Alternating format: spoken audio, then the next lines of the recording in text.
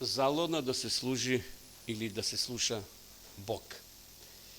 Дали ова прашање некојаш сте го поставили вие или некој на вас, дека е залудно да се верува во Бога, дека е залудно да се слуша Бога? Го молам Бога да ни помогне да ова тема вистински ја разбереме, зашто ќе добиеме одговор на прашања кои се наметнуваат во нашиот живот, бидејќи сите ние сме изгубили некој наш близок, страдал некој наш близок, па и ние самите може сме страдале во животот, така да преку ова размислување нека Господ ни помогне, браќи и сестри, да разбереме дали навистина е залудно да се служи на Бога или да го слушаме Бога.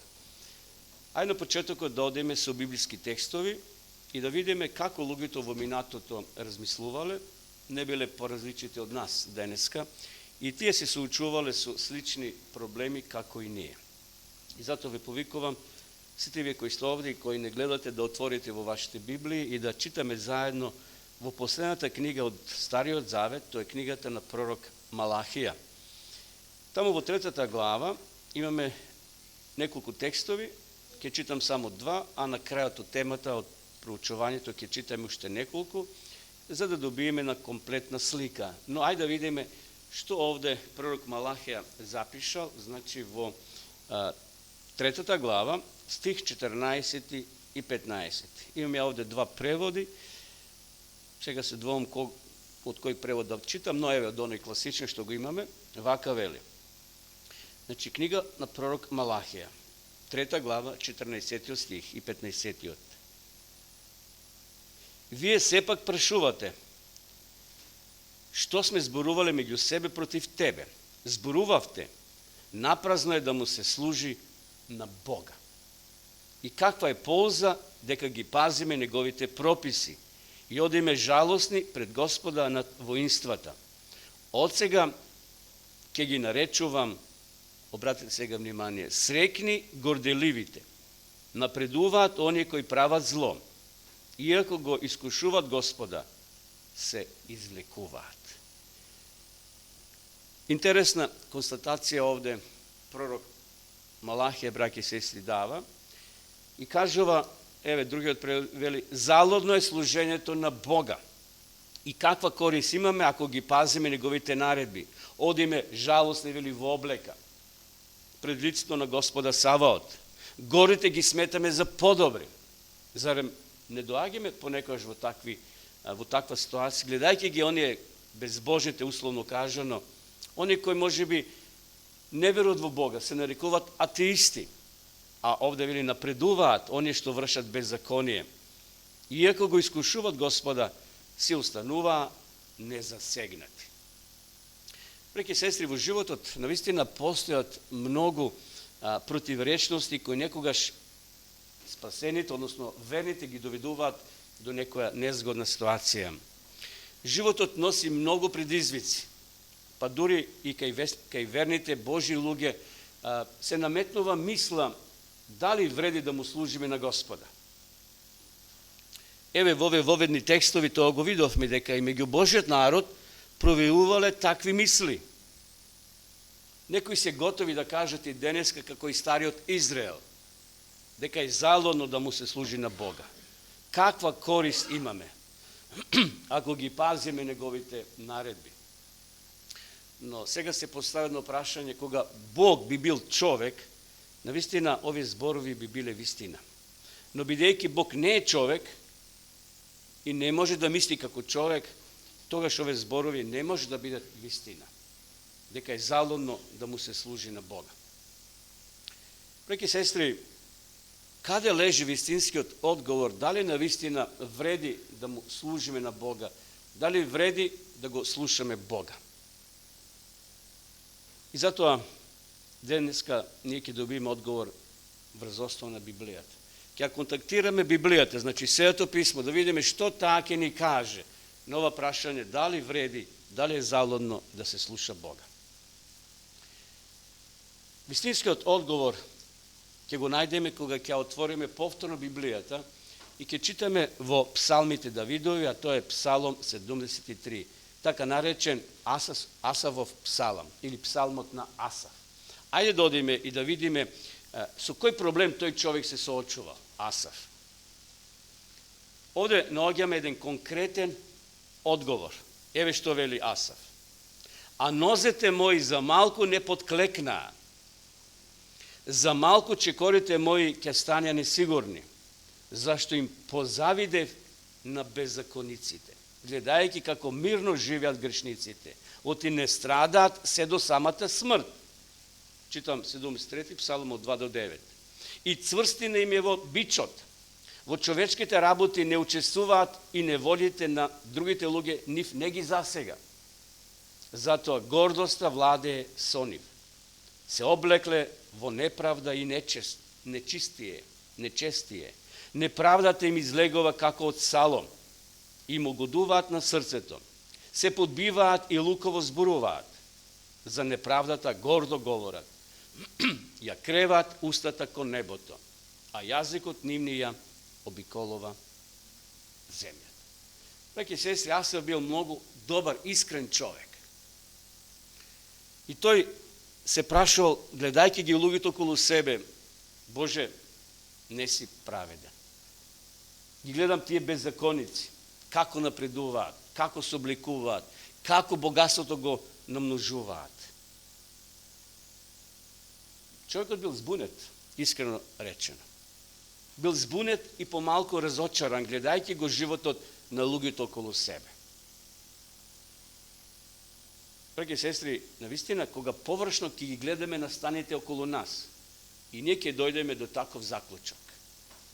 Може би ќе не поведе тој сомнеш, дали вреди да не ги уживаме благодетите од овој живот, како што вели таму пророк Исаија, да јадеме, да пиеме, зашто утре ќе умреме. И онака, јади бе синко, напи се, пробај се што ти живот овозможува, зашто сите ќе отидеме горе. Сите ќе не однесат горе. Тоа, таква мисла преовладува денеска кај многу луѓе. Меѓутоа, го молам Бога денеска да ги освети Свети Дух нашите срце, нашиот ум, и да видиме какви се Божите постапки со луѓето кои можеби така размислуваат, но да не биде тоа случај и со нас. Да не ги гледаме на станите луѓето со такви очи како што на почетокот овде видовме како ги гледал и самиот Асав. Но кога Асав влегол во храмот, во тишина на храмот, кога искрено упатил молитва кон Бога, Асав, браќи и сестри, примил вистински одговор. Бог му е открил во неговата мудрост и правичност како Бог постапува со луѓето. Тој сепак разбрал дека патот на еден грешник и непосветен живот покрај можеби привидниот успех води во пропаст. Но во исто време, додека еден праведник, еден чесен човек, еден милостив човек, еден праведник во својот животен пат поминува низ големи тешкоти поради својата верност на Бога. Сепак тој пат и покрај привидните страдања и тешкоти го води во слава и вечен живот. Еве како Асав ја завршува својата молитва. Читајте во 28 стих. Рековме, тоа е Псалом 73, сега го читам 28 стих, вака вели: А мене ми е добро да сум со Бога. На Господа ја полагам надежта моја, за да ги вознесувам сите пофали Твои кај портите на керката Сионова. Браќи и сестри, Асав добил одговор. Крајот ќе биде сосема подруг. Може би сега, еве, зелено е, пролетје, се ќе биде зелено. Но кои дрвја ќе останат во зимо зелени? Зимзелените. Сега е се зелено. Не може се препозне скоро кога одиш во шума. Кои се зимзелени, кои се листопадни. Нажалост, листопадните верници, кои денеска може би се зелени, или луѓе, зелени се, но кои ќе дојат оние тешките моменти, подоцна ќе го споменеме Јов и Мојсија, две маркантни личности од Библијата. Асав вели: сепак добро што сум со Господа и што на Господа ја полагам мојата надеж. Но сепак прашањето виси: зошто Бог дозволува неговите деца да страдаат? Зошто во животот на Божите луѓе имало толку многу борби и искушенија? Браќи и сестри, кај сите великани, што ги споменува Библијата во историјата или во библиската историја, се приметува една заедничка нота или појава, малку или повеќе изразена кај сите, а тоа е огнот на искушенијата и страдањата. Што мислите, зошто е тоа така? Зошто Божите луѓе мора скоро сите да поминат низ некои своји проблеми, искушенија и огнови? Затоа што помеѓу Бога и сатаната се води борба. Борба за секоја човечка личност, за секоја човечка душа. Сатаната, браќа и сестри, е премногу лош. Да не му верувате. Тој е премногу зол. За така лесно да ги препушти своите верни луѓе на Бога да ги спаси. Ѓаволот му го оспорува правото да те спаси тебе и мене. Знаете зошто? Ѓаволот вели, сите, што вели Павле во 3 глава Римјаните, сите сгрешија и изгубија славата Божја. Сите ние сме грешни. И така се молиме, Боже, прости ни. Прости, нонстоп се молиме така. Ја не знам зошто се молиме кога сакаме да бидеме верни и честни. Меѓутоа, тоа преовладува нашата мисла дека сите сме грешни. Дека ние сме во грешна природа зачнати, вели апостол Павле. И затоа, тоа го тврди и за најверните луѓе. Затоа Господ дозволува на неговите деца да дојдат искушенија и страдања, каде што треба да се покаже вистинската верност и вистинската постојаност. Ајде да се запознаеме со две личности, веќе ги спомнав. Првата личност ќе биде Јов. Верни Божи луѓе. Јов и Мојсија. Луѓе кои навистина оставиле длабок траг во библиската историја. Првата личност ќе биде Јов. Отворете 1 глава, Јов, книгата од Јов, од 6 до 22, нема да читам се, но еве ќе почнам, па некои ќе ги прескокнам текстови, но вие да добиете една целина. Еден ден синовите Божи дојдоа да застанат пред Господа. Меѓу нив дојде и кој? Сатаната. Значи, дошле представници од останатите планети на Божи луѓе, безгрешни, кои дошле на тој небесен состанок. Не знам колку планети има. Тоа може би на долга маса, кај што секој седел представник од некоја планета. Помеѓу нив и кој дошол? Сега сатаната, како окупатор на нашата земја, зашто успел преку Адам и Ева да ја посвои, усвои, и тој доаѓа. Знаеме до кој период сатаната имал право да оди горе. Потоа бил ограничен и немал право да оди на тие состаноци. Но во овој момент тој се уште имал право да оди. Помеѓу нив дојде и сатаната како представник од планетата Земја. Од каде дојде? Гледате, тоа реторичко прашање, а Бог знае однапред се. Но сепак го праша од каде дојде?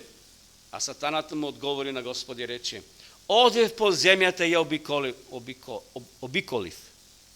Замислите сега еден фармер има 20 хектари и ја гледа земјата, пшеницата. Ја обиколува својата земја, својата нива. Ова нива сега е на сатаната. Успел преку Адам и Ева да ја посвои, да ја усвои. И Господ му рече: дали обрна внимание на мојот слуга Јов доле, на земјава?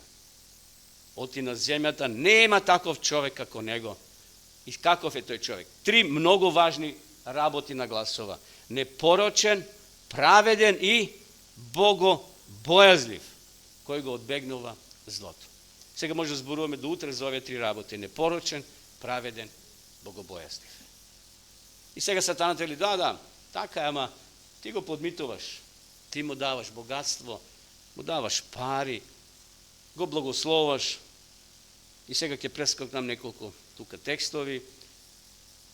Сатаната вели: ако се тргнеш ти од него, тој нема да биде непорочен, нема да биде таков добар, нема да биде праведен и богобојазлив. Бог вели: добро, еве, ја тргам заштитата. И замислите сега, не поминало многу време. 4 слуги, 4 ќе доаѓат еден по друг со најлоши извештаи.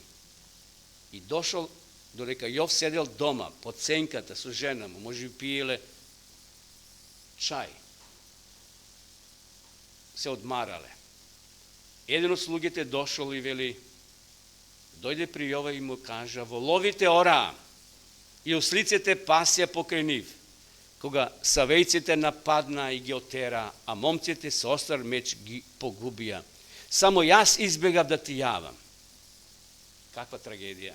За еден фармер, стоката било во тоа време најголемо богатство. Со стока се мерело богатството. И вели, сите волови, сите ослици, сета стока што беше таму, дојдоа некои саевци, ги нападна и ги убија. Додека тој се уште зборуваше, дојде вториот и вели, оган Божи од небото падна. Знаете, кога ти веруваш во Бога и некој ќе ти каже, Божи оган дојде и го трешти твоето дете. Знаете, во Гевгилија страдаше едно дете сега пред месец ден од гром.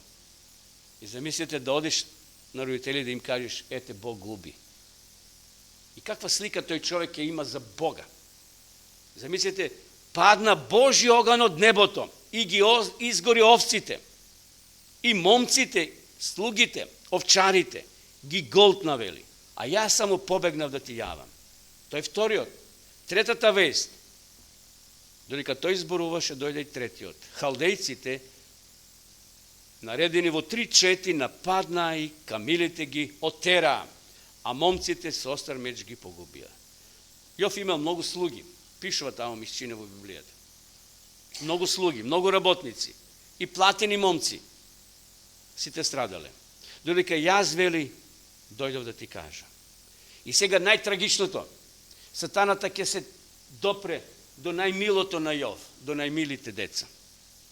Четвртиот вели, додека тој зборуваше, дојде четвртиот и рече, синовите и ќерките твои јаде и пија во куќата на првородениот брат свој, дали биле на роден ден, дали биле нека прослава, не е важно. Сите биле собрани. И сега земјотрес, во силина на тој ветар, и тоа доаѓа од пустињата, и ги зафати 4 агли на куќата, куќата се урна врз децата и тие умреа. Само јас се спасив да ти јавам. Ајде малце да го наближиме со очите наши духовни, да го видиме Јов како се однесува. Како би се ти однел, брати и сестро, како би се ние однесували кога нам би некој донел такви вести? Ајде животни ќе се набават, ќе се купат. Ајде, што е друго? Овци, кози, камили. Ама деца, колку деца имал Јов? Замислите. Колку големо богатство сатаната се дирнал, го чепнал таму кај е најчувствителен. И затоа мајка како мајка ќе реагира и ќе рече, тој Јове, проколни го тој твој Бог. Гледаш, се ти однесе тој Бог. Зошто ови интересно, слугите вели оган Божи, од кај знаеле дека е оган Божи? Па така верувале. Ако од небото падне нешто, тоа е од Бога. Па и град, па и се. Браќи и сестри, страдањата на праведниот Јов се чудна работа за нас луѓето. Иако Бог рекол дека Јов е што? Праведен, непорочен, чесен. Немало поправеден човек од него. Сепак дозволил да Јов страда. Зошто? Ајде да обратиме внимание на оптужбата сатанска пред Бога за Јов. Што вели сатаната? Не го огради ли ти него и куќата негова наоколу и се што има тој? Ти ги благослови делата на рацете негови.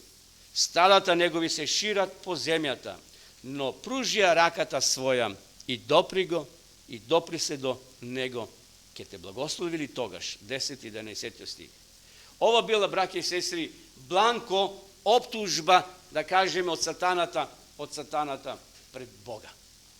Тој напишал оптужба, еве Боже, ова е, зато Јов ти е верено, ти го благословаш, ти го оградуваш, ти го чуваш.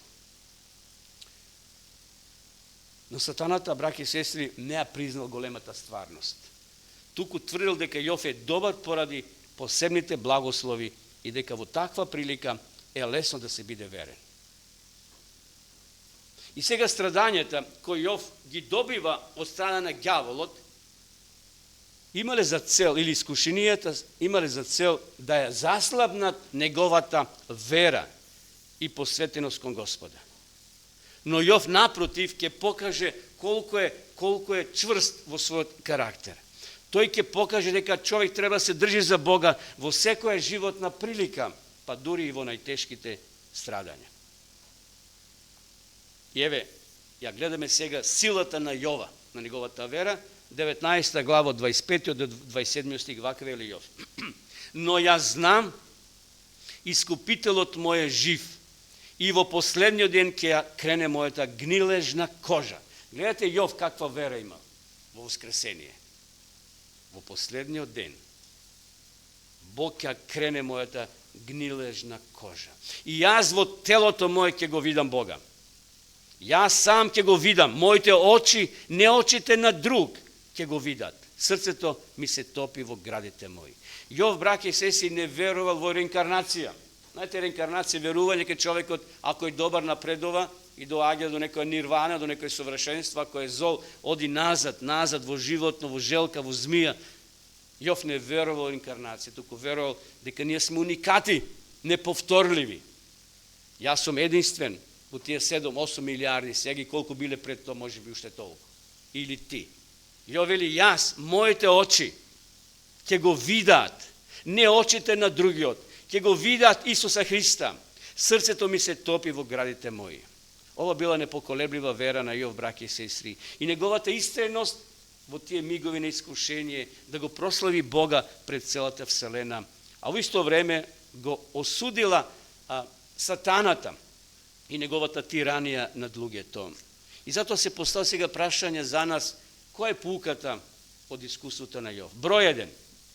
Никогаш неволите не доаѓаат врз нас без причина. Иако многу пати не е јасно и немаме одговор и се молиме и велиме, Боже, зошто? Зошто ова го доживам што го доживам? Сепак треба да веруваме дека Бог со нас има одредена цел која е за нас, за наше добро и корисно. Второ, ние мора да бидеме верни на Божите начала, без обзир на приликите и околностите во кои се одвива нашиот живот.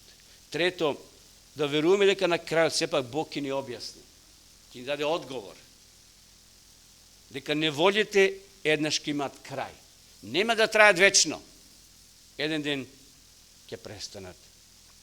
И затоа, еве што пишува Давид во Псалом 6:6. Ти не испита, Боже, со оган не очисти, како што среброто со оган се причистува. Ти не воведе примака, нанесе маки на нашите племиња. Допушти луѓето да ни се качат на глава. Минавме низ оган и вода, но не изведе да здивнеме. Но не изведе да здивнеме. Значи, биде низ оган, низ вода, но вели не изведе да здивнеме. Бог го поминал Божиот народ, неговиот народ низ пустињата, низ Црвеното море, низ реката Јордан и многу други проблеми. И затоа нека ни остане Јов како една позитивна слика, дека чудни работи се случуваат, кога Бог и сатаната прават некој договор. Тоа не бил договор на штета на Јов. Ако читате последната глава, 42-та, ќе видите дека Јов добил повторно деца, поголеми благослови, повеќе стока. Меѓутоа останал верен. Јов е можеби единствениот човек во вселената, кај што и во тие тешки моменти човекот може да му биде верен на Бога. Но Господ знаел дека Јов ќе издржи. Но Јов не го знаел тој разговор за завесата помеѓу сатаната и Бога. Втората личност за кој сакам малку да размислуваме е Мојсей. Нито еден друг избран слуга, браќи и сестри, во својот живот не бил толку оптоварен со обврски грижи како самиот Мојсей. Најголемата животна желба на Мојсей, знаете која била? Да го поведе и да го воведе народот каде? Во ветената земја. И сега еден ден Мојсей таму во својот шатор клекнува и решава да ја каже својата животна желба на Бога. И еве што пишува 5 Мојсеева 3:25. Господи, Боже, ти почна да го покажуваш на слугата свој величието свое и силата своја и цврстата рака своја и високата мишка своја. Па има ли некој Бог на небото или на земјата кој би можел да прави такви дела како твоите, со таква моќ како што е твојата? Мојсей бил свесен. Немало поголем Бог преку пустина да поминат, ништо да не им фали, да им недостасува 40 години. Храна на време, вода им дава. zaštita denje i noke. I Mojsije to go priznava. Nema, veli, takov Bog. I сега ponizno veli, Bože, daj mi da minam i da je vidam ona prekrasna gora i Anti-Livan. Zamislite kakva žarka, topla molitva, kako jedno detence tvoje vnuče ili tvoj sin ili kerka malo doagate ili tato, daj mi 10 denari si kupam sladole. Pa ti ke pozajmiš ako treba da mu kupiš ili nešto drugo, koji ke poska, neko igračka. Zamislite, Bog sluša molitvu od svoj ponizen sluga, koji 40 godina glava mu se kačela Izraelcite. Veli, Bože, daj da ja minam rekata. Jordan, samo Jordan je prečkata, zda vleze u eternata zemlja. Daj da minam, Bože, i da je vidam ona prekrasna gora, prekrasna zemlja. Namjesto da kaže Bog, dobro Mojsije, ke sredi me nekako. Što mu veli Bog? Čitajte ponatamo. Dosta je, nemi zborovaj poveke za to. Kako grom od vedro nebo Mojsije dobiva negativen odgovor i veli, dosta Mojsije, dosaden si. Nemoj poveke da mi moliš za to. Braći i sestri, Bog mu go odzel vlegovanjeto vo Hananskata zemlja, iako to je bil najzaslužniji od. To je bil najvredniji od čovek vo narodot. Namjesto to, evo što mu kaževa Bog.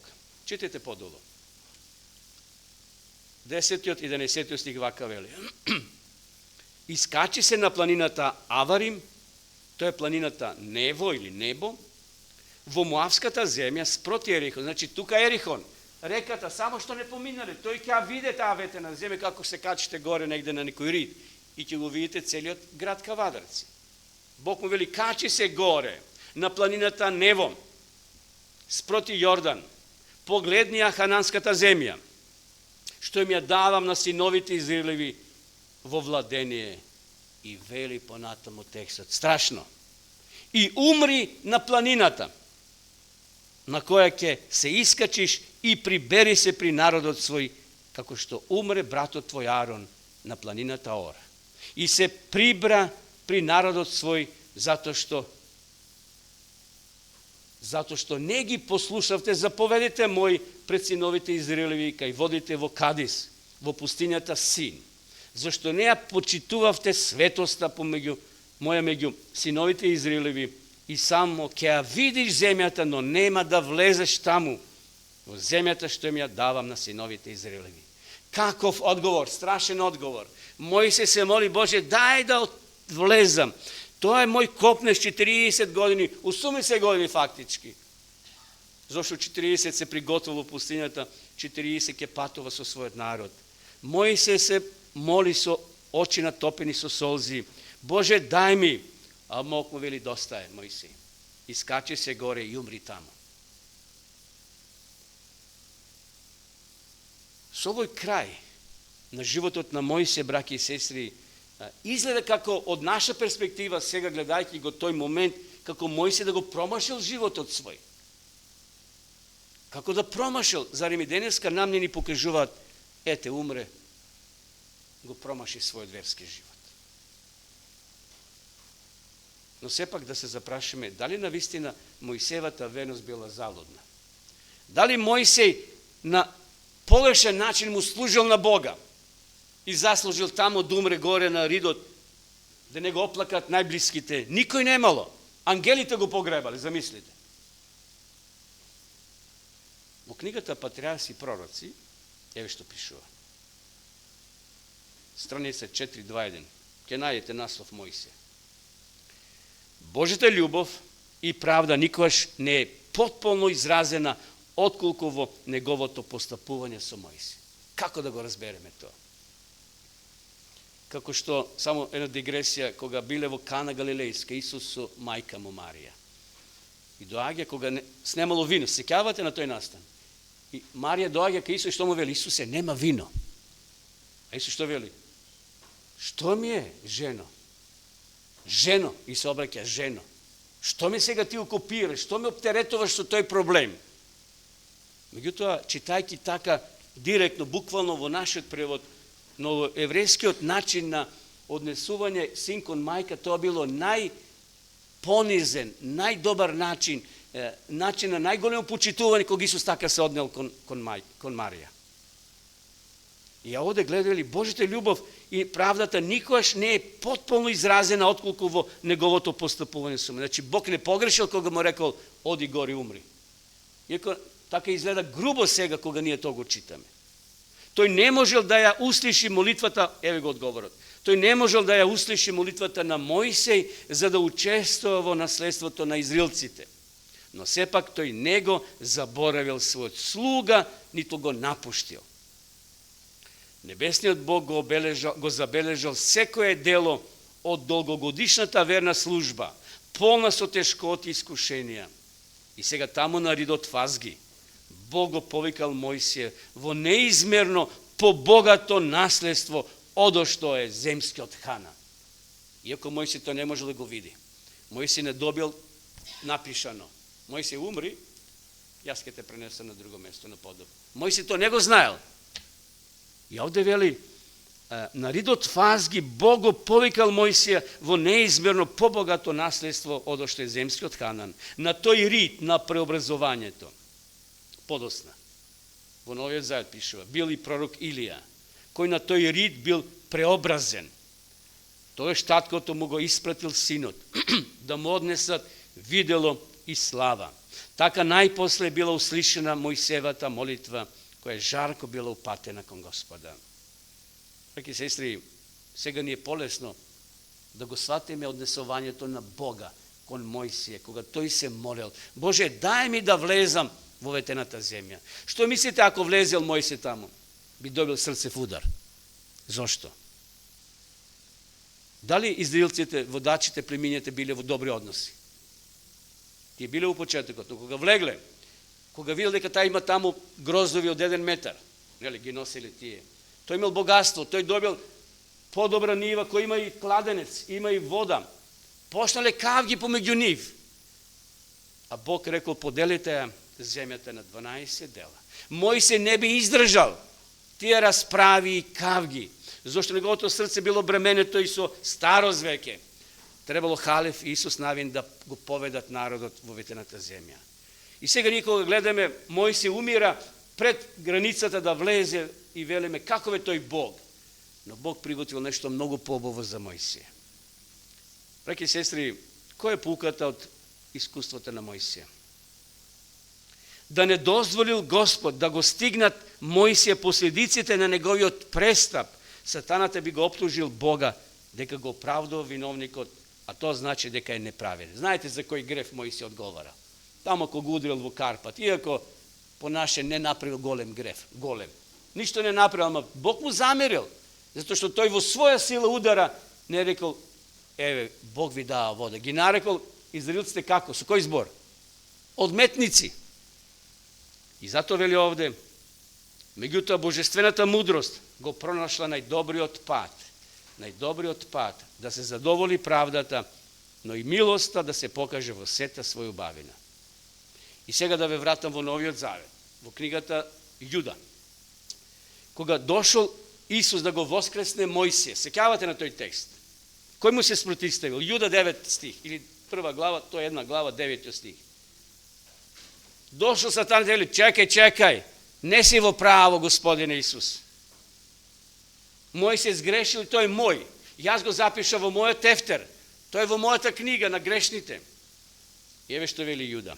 А архангел Михаел, кога се препираше со ѓаволот за телото на Мојсија, не се осмели да изрече хулна пресуда, туку рече Господ да ти забрани. Браќи и сестри, Мојсија ни своето животно страдање и конечно смрт морал да искуси неминовната плата поради сите греови и со тоа право сатаната имал право над него и тоа право не е исцрпно. Секој кој ќе почини, ќе го однесат на гробишта, сатаната си зима за право дека тој е господар. Меѓутоа, сатаната не може да ги чита мислите наши. Може еден безбожник да се покае пред смртта и Бог би го примил. Но сатаната ќе мисли дека има право на тој грешник до крајот, па и кога ќе умре. Но за верноста и трудот на Мојсија, што Мојсија ги вложил во служба за Бога, доаѓа вистинската награда на кој исто така Бог има право, а тоа е воскресението и самото преобразување на Мојсија. Браќи и сестри, крајот ја покажува исправноста на одлуката на Мојсија. Да ја отврли земската слава, како што вели таму во книгата Евреите, сеќавате. Мојсија ставен во таа алеја на великаните. Ако одите во Скопје, има алеја на великаните, председатели, некои заслушни граѓани. Тие се на посебно место таму погребани. И Павле ги пишува великаните, хероите на верата. Читајте 11 глава. Тука и Мојсија ставен, зашто тој останал верен на вистина на Господа. Мојсија бил човек од визија, браќи и сестри. Мојсија гледал Божјата слава од почетокот до крајот. И во таа слава, кога бил воскреснат, Бог го зел горе на небото. Мојсија сега горе. Ако ја читате книгата Рани списи, од Елена Вајт, таа опишува една планета кај што е Мојсија, на друга кај што е Енох. Тие се Илија. Замислите каква предност сега Мојсија горе. Ги посетува разни планети, а да бил таму во Израел, во Хананската, како што реков, можеби би умрел пред време. Гледајќи ги тие недоразбирање меѓу народот Божи, кога ќе се карат кој да им биде цар, кога ќе се карат кој да им биде судија, но Бог имал многу подобри планови за него.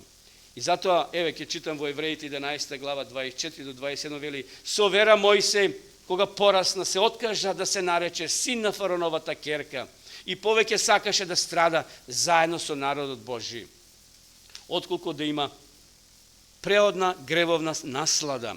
Хулењето на Христа го сметаше за поголемо богатство, отколку скровиштата на Египет. Оти предвид ја имаше наградата. Со вера тој го напушти Египет, не плашејќи се од царскиот гнев, зашто веруваше во оној кој не се гледаше како да се гледа. Браќи и сестри, крајот на Мојсија го потврдува фактот, единствената правилна одлука на човекот е да му служи на Бога и да живее со Бога. Ги спомнавме овие два настани. Јов и Мојсија. Ајде сега малку да се осврнеме кон себе и кон нашите животни искуства. Еве Петар што вели, тој е малку поблиску до нас. Петар вели: затоа радувајте се, 1 Петрова 1 од 6 до 9. Радувајте се макар сега да сте малку во скрб, во неволја.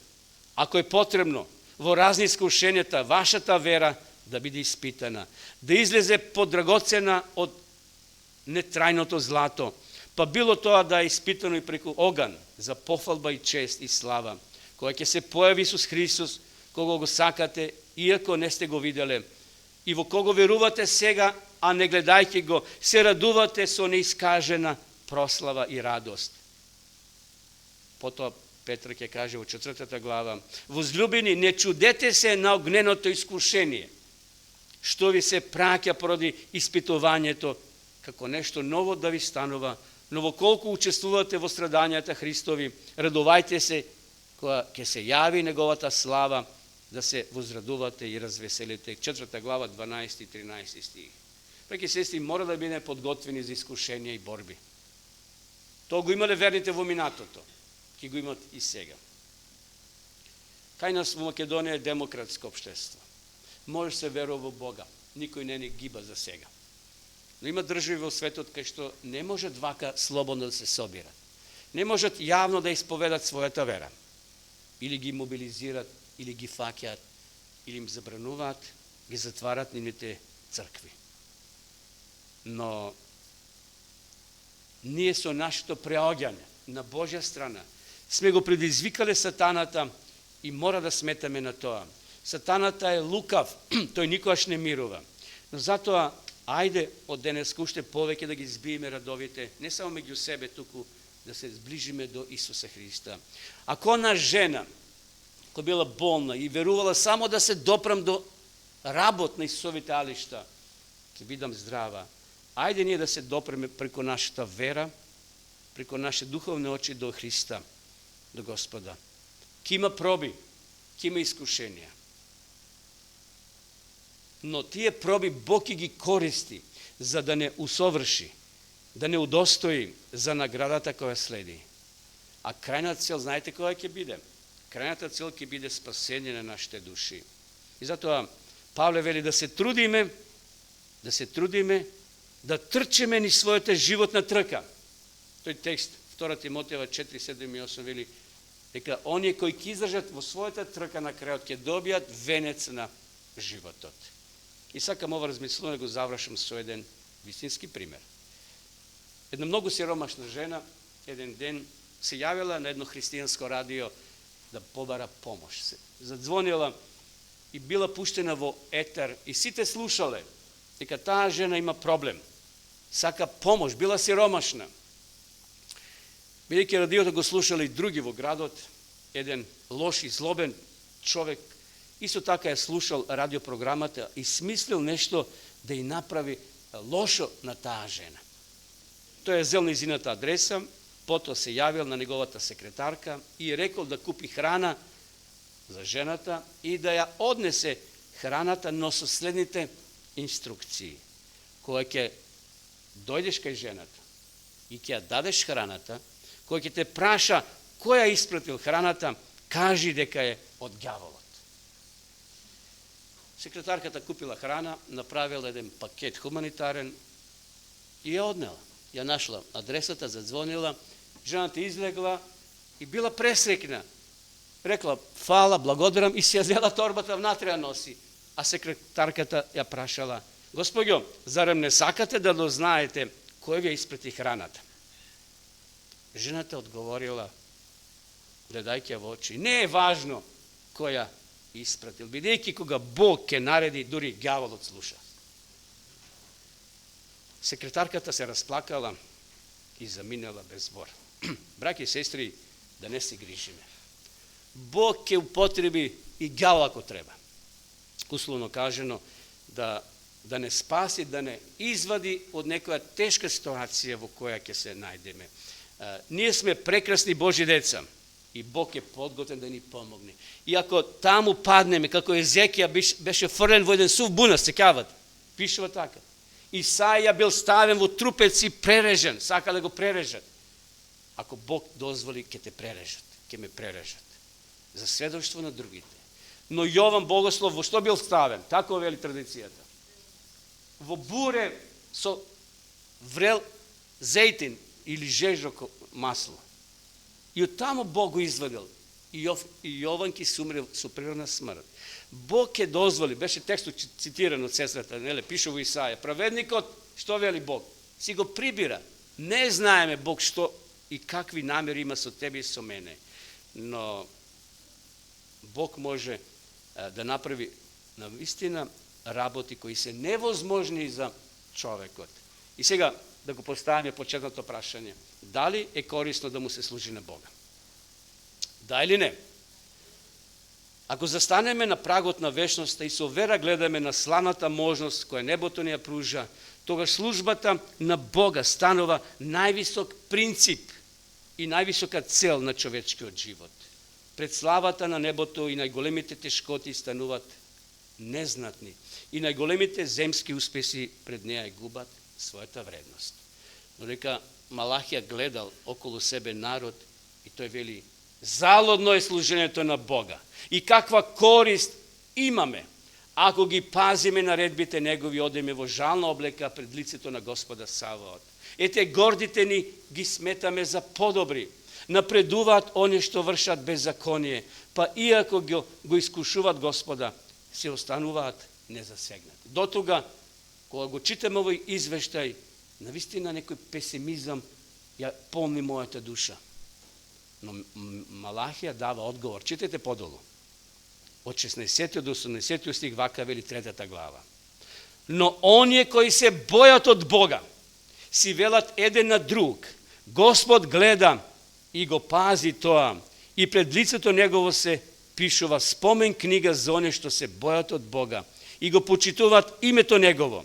И тие ќе бидат мои, вели Господ Саваот, моја собственост во оној ден, што ќе го подготвам и ќе го милувам како што таткото го милува синот свој кој му служи. И сега кулминација. И тогаш повторно ќе ја видите разликата меѓу праведникот и кој? И безбожникот, меѓу оној кој му служи на Бога и оној кој не му служи на Бога. Браки и сестри, Господ да ни помогне. Кога ќе не идеме, а сите не идуваме на тешки моменти. На тешки прашања кај што немаме одговор. Ова разлика сосема ќе биде на крајот од историјата на гревот. Бог не повикува да издржиме до крај. Павле вели, благо на оној кој ќе издржи до крај. Мислам дека и у блаженствата пишува едно тие. Господ да не удостои да ни помогне да издржиме кога ни е најтешко. Амин.